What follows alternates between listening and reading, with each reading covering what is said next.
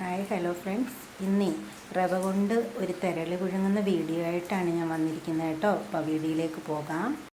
അതിനായിട്ട് നമുക്ക് കുറച്ച് ശർക്കര ഉരുക്കിയെടുക്കാം. പഴം നമുക്കൊന്ന് അരച്ചെടുക്കാം മിക്സിയുടെ ജാറിലിട്ട്. ഞാൻ അതിനായിട്ട് എടുത്തിരിക്കുന്നത് വറുത്ത റവയാണ് കേട്ടോ. നമുക്ക് കുറച്ച് വറുത്ത റവയിട്ട് ഒരു ശകല അരിപ്പൊടി മാത്രമേ നമ്മൾ ചേർക്കുന്നുള്ളൂ. ശകല അരിപ്പൊടി മാത്രം ചേർത്താൽ മതി കേട്ടോ.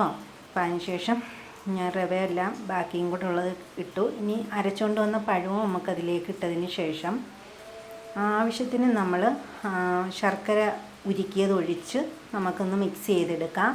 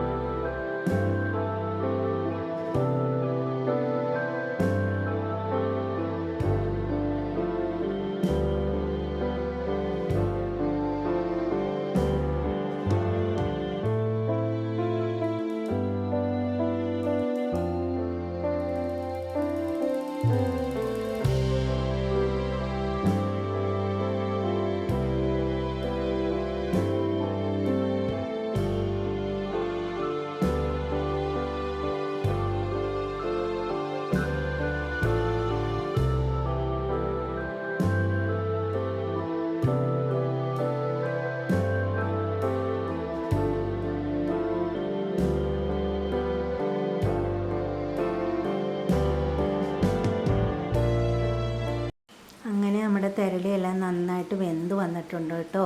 അപ്പോൾ എൻ്റെ ഈ റെസിപ്പി ഇഷ്ടമായെങ്കിൽ നിങ്ങൾ ലൈക്ക് ചെയ്യണം, ഷെയർ ചെയ്യണം, സബ്സ്ക്രൈബ് ചെയ്യണേ കൂട്ടുകാരെ പ്ലീസ്.